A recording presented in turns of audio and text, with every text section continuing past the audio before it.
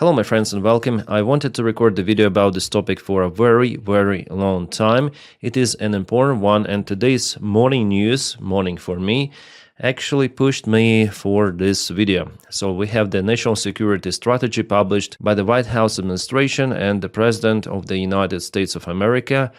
This strategy really shows that the previous world order, it doesn't exist. And it also marks the end of this economic and military empire, the United States of America. Well, it will still be as a country, but it is losing its influence. It is already understandable. We are now at the disintegration process that will bring more escalations worldwide. Well, let's check out this document, and I want to tell you more about what is happening. It is available openly on the website whitehouse.gov. You may check it out yourself. Signed by Donald Trump in November 2025, but was published just today. So the strategy, principles, priorities, regions, for us, it's very interesting. Europe, because it's the hot stage of the war, what is happening. We'll go to page 27 that shows our board policy for Europe should prioritize. And here what we have. I think I'm gonna zoom in for you for a better view. Reestablishing conditions of stability within Europe and strategic stability with Russia. Strategic stability with Russia, that is what the United States of America wanted to achieve using Witkoff, Kushner and other methods to cooperate with Russia, but it doesn't work as we see.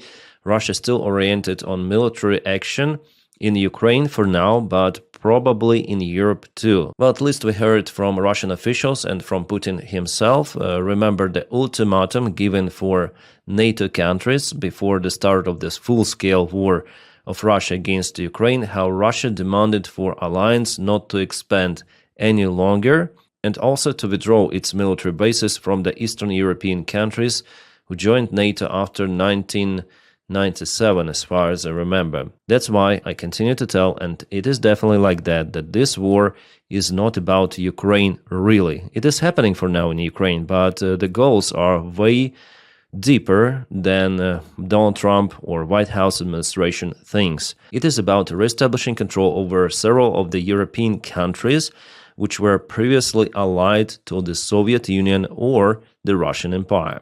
In Ukraine, Putin started the war because he thought that the goal is achievable very fast using military action, but in fact it is not like that. And we have one more confirmation. Probably in this video I'm gonna show you the interview with one of the main Russian generals who definitely stated that it was the mistake of the Russian command to start the war just like that, without proper supplies, without understanding that in Ukraine there will be a resistance. They thought that 70% people, they really supported Russian regime, and just 30% they could possess some of the threat or resistance for Russian forces. Okay, what is next? Enabling Europe to stand on its own feet and operate as the group of allied sovereign nations, including by taking primary responsibility for its own defense without being dominated by any adversarial power. So, in other words, enabling Europe to stand its own feet means that in case of the direct threat or direct confrontation with Russia, United States will not meet its NATO obligations. And the fifth article is not really that obligation if you read it carefully. So United States will not deploy its forces to protect Europe, and Donald Trump, with his signature, approved that in this document. It is already evident. It means the destruction of the previous world order that existed for several decades during the Cold War, and right now the dictators, they want to change this order. We have this response from America openly.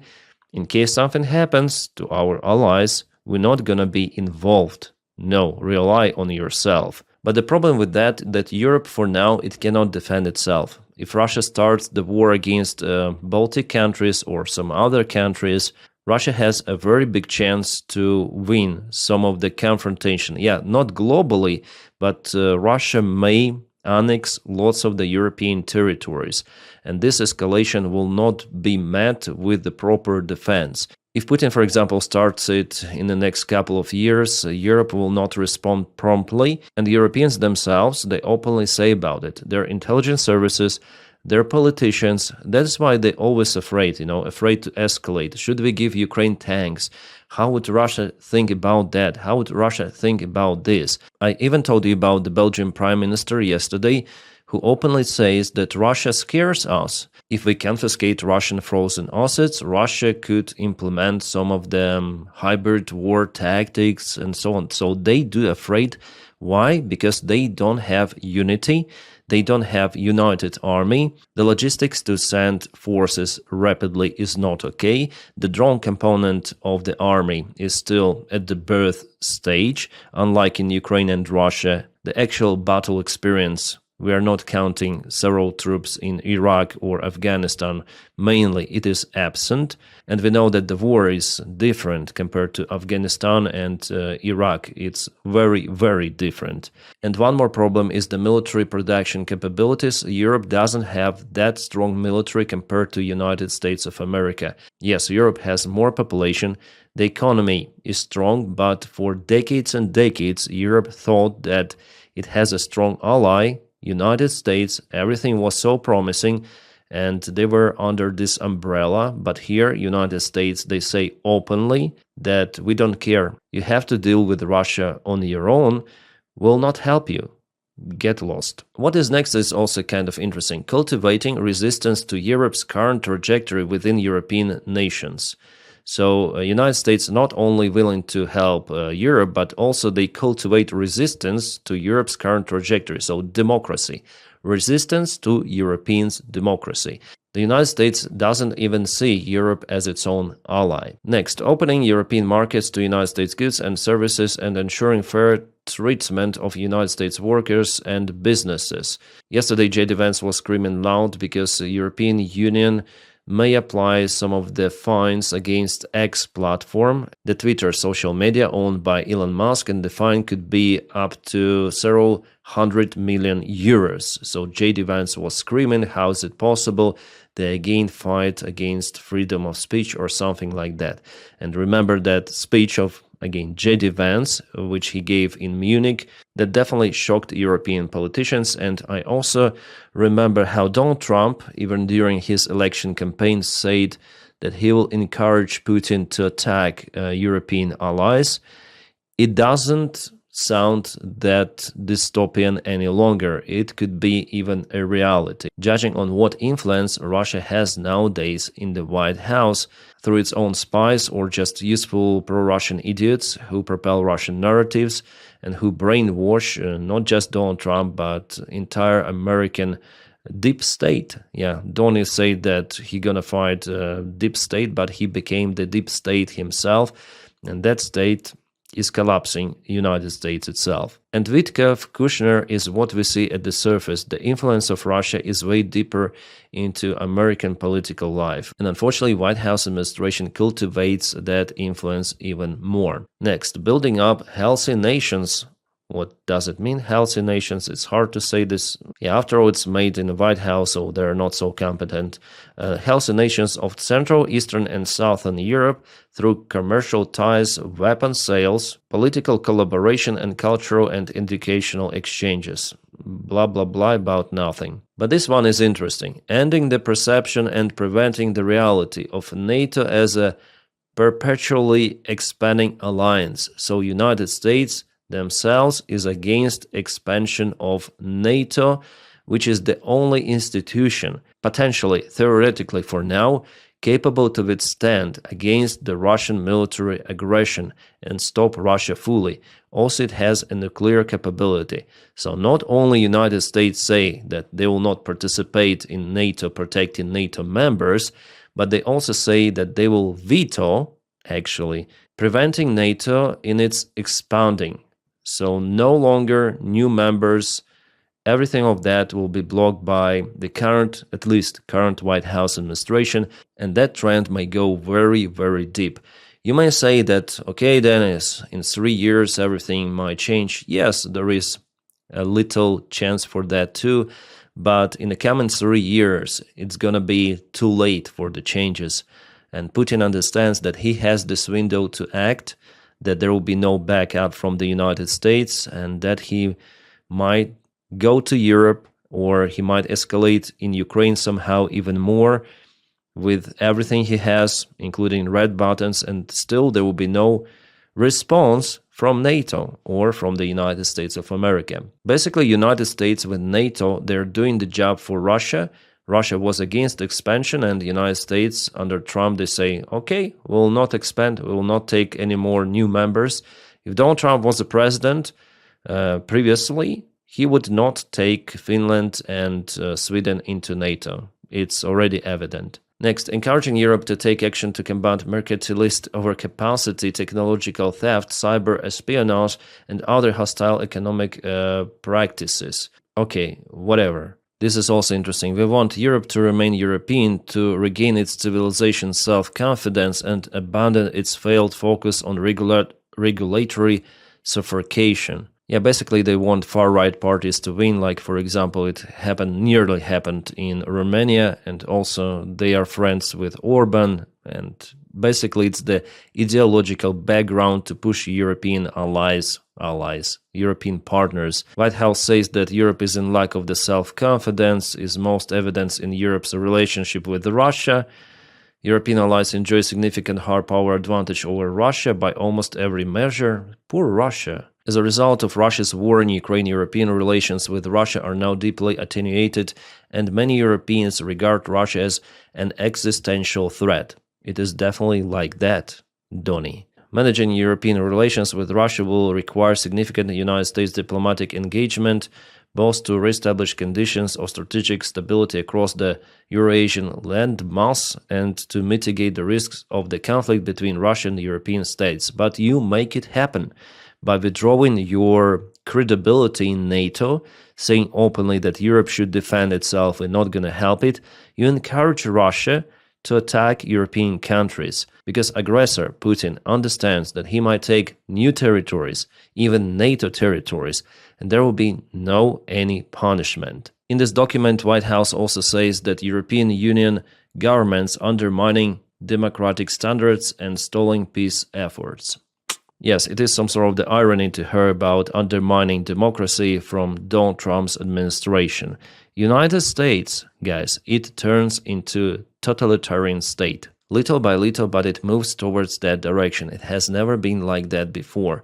Donald Trump may afford whatever he wants to afford. He doesn't afraid of being punished, being impeached. His administration is applying repressions against those who criticize Donald Trump's policies. Donald Trump acts in contradiction with the law of the United States, Constitution of the United States. Lots of the Trump's decisions, they're actually illegal. They're in lack of the congressional approval. They're doing even war crimes in the Caribbean Sea. You know, this scandal with Hexit. And all of the political life is surrounded around one personality, Donald Trump himself.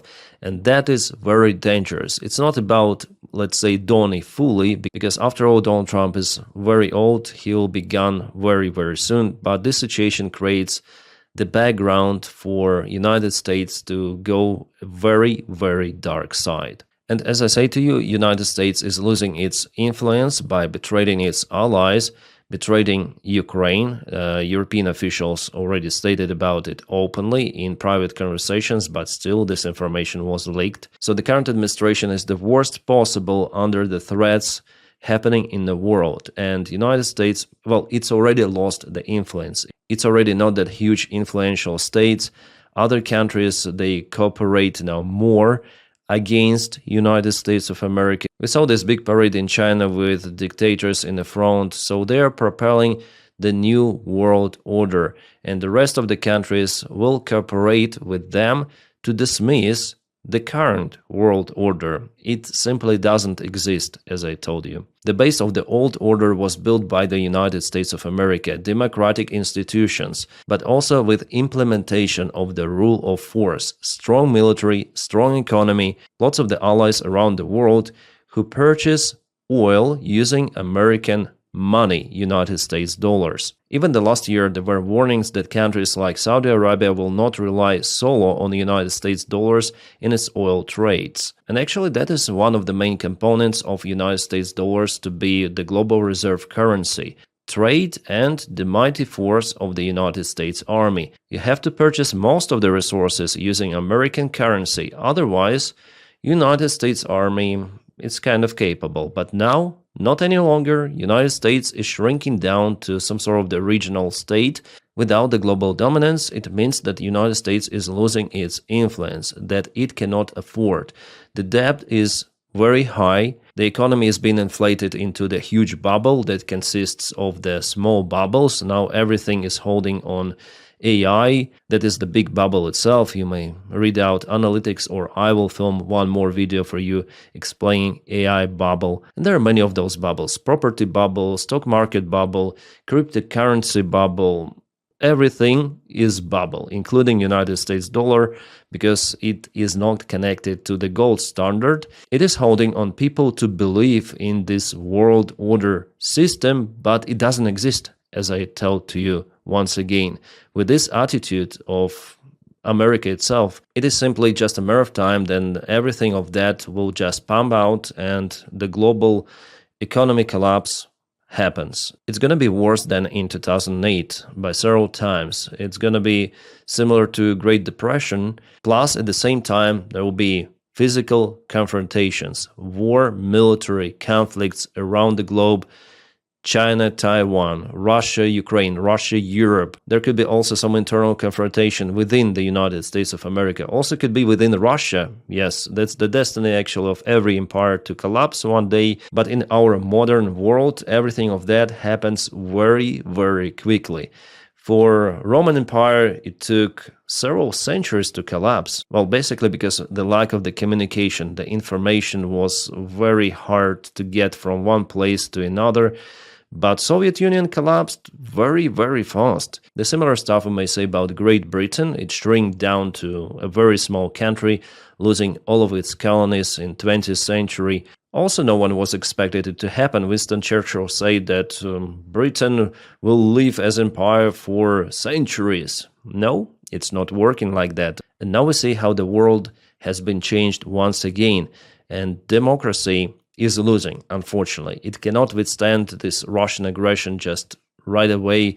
4 years of exhausting war for Ukraine, and still there is not enough military support. Those bureaucrats, politicians, they think just about their own profits, and for them, the distant perspective of the war in NATO, in Europe, is okay, because anyways, they may leave their countries and live their best lives somewhere in Bermudas. And the signs of American economy and military empire to collapse, they're out there, unfortunately. What happened in Afghanistan, for example, a shameful withdrawal of the army, and for Putin it was a signal, probably, to start the war in Ukraine, because America is getting weaker and weaker.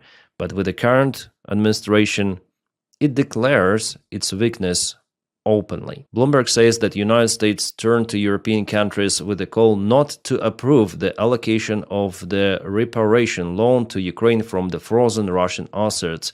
So let those assets be frozen, let Ukraine be ruined by Russian strikes, not capable to respond because America itself canceled the direct military support for Ukraine, and America calls for Europe not to support Ukraine too. That's the sad reality we are living in. Democracy shows its weaknesses, and it's just a matter of time, then there will be many more confrontation. China will start its invasion of Taiwan, it's 100%, it's already evident, because of this attitude. With the stupid government of the United States and with weak European politicians who just consumed Russian resources and thought that they will never need army, and even now they're not willing to confiscate Russian assets and to help Ukraine with its military.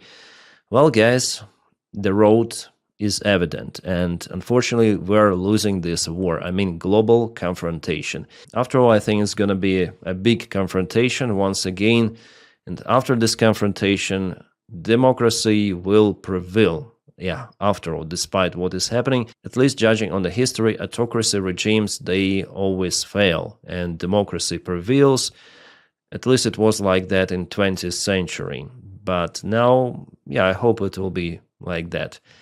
Yeah, kind of the dystopian sad video, but guys, I wanted to tell you about it. I was thinking about this stuff for a very long time, and today I just found the opportunity and inspiration from this new national security strategy of the United States that cancels United States itself as global influencer in the world. Well, anyway, stand by for Ukrainian update this evening, and also if you want to support my job, you're very welcome to do it through Patreon, the link for it in the video description right below.